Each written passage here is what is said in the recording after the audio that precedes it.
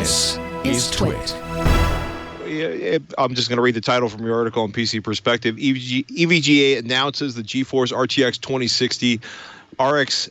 Well, EVGA announces the GeForce RTX 2060 KO RX 5600 XT knockout at $279, which is kind of a long title, but probably delightful for search engine optimization. It has some power words, Patrick. You know how important power words are when you're trying to optimize for SEO. I am. Yeah. You don't say. I called this their preemptive strike. It's funny.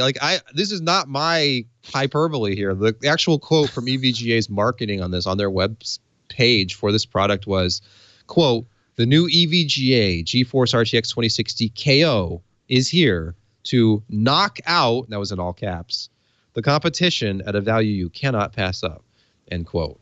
So clearly, even though they don't name the competition here, this is a response to the RX 5600 XT, which was announced at $279. And so NVIDIA has sort of quietly reduced the price of the the RTX 2060 down to $299 from $349. So now it's within $20 of this new AMD part. But then, on top of that, longtime NVIDIA partner EVGA has this product that they're selling right now for $279. This is just kind of a limited time, right? Like $20 instant rebate offer on their website. But I've seen there were a couple of things that hit me about this. First of all, of course, NVIDIA always had that option of lowering the price a little bit to make something like the RTX 2060 more appealing, and AMD doesn't really have an answer for that with this product. They could drop the price of the RX 5700, but then they'd have to drop the price of this new 5600 XT as well. And so it becomes kind of an awkward situation for AMD as far as pricing goes, because $279.99, somewhere in there, that's about as much as AMD could possibly justify charging for this new product. And that's right. That sounds biased, I guess. If you think that I'm pro NVIDIA, you could point to that, because I've been saying since June that AMD seems to charge as much as they think they can reasonably justify, whereas NVIDIA can say, let's drop the price. Like when they came out with the super cards, those were essentially price drops, although there were different configurations. You got what was essentially an RTX 2070 for the price of a 2060 and so on. But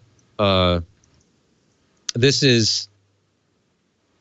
It's pretty powerful to say, hey, that product that AMD showed on stage at CES, and every one of their charts had it pitted against a GTX 1660 Ti at $279. Well, what if we take the RTX 2060, which is considerably more powerful than a 1660 Ti, and sell that for $279? They have no answer for that. So I would expect to see the newly announced Radeon 5600 XT drop down to $259.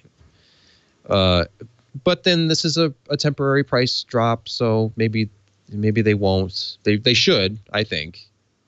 AMD should, to be more competitive, drop the price a little bit. But we will see. One thing that's kind of interesting through this whole process has been the existence of the 1660 Ti, which, Patrick, I know that we talked about this when the 1660 Super launched.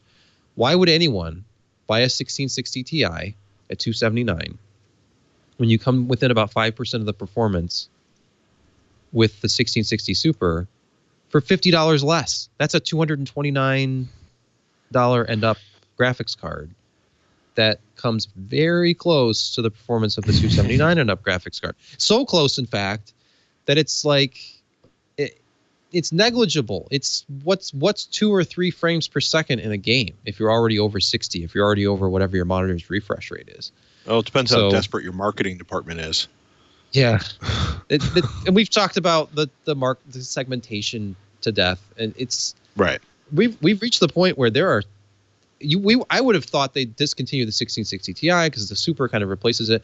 And really, at that point, why even have the Super? Just price cut the 1660 Ti. But I think they're just everything. I think they're leaving everything in the inventory. Everything that's in the channel is just going to stay there until it's sold.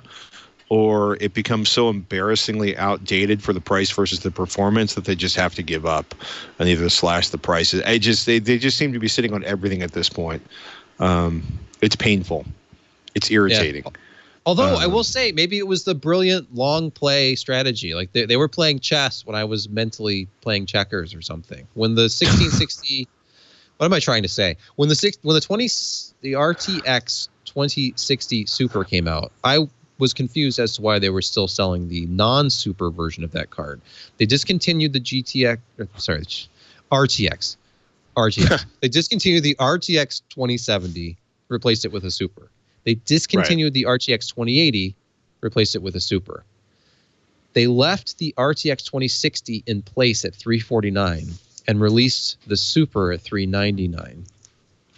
And now they have cut the RTX 2060 down to $299, which makes sense. That's what it should have been cut down to begin with. Sure.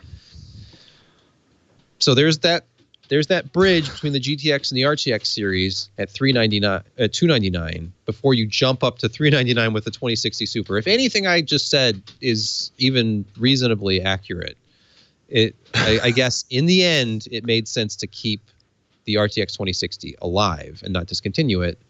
But the continued existence of the 1660 Ti is puzzling. It's troubling. Yeah. And I don't like it. You've spent way too much time thinking through this. That's all I'm going to say. It's stream of consciousness, Patrick. I'm not even thinking.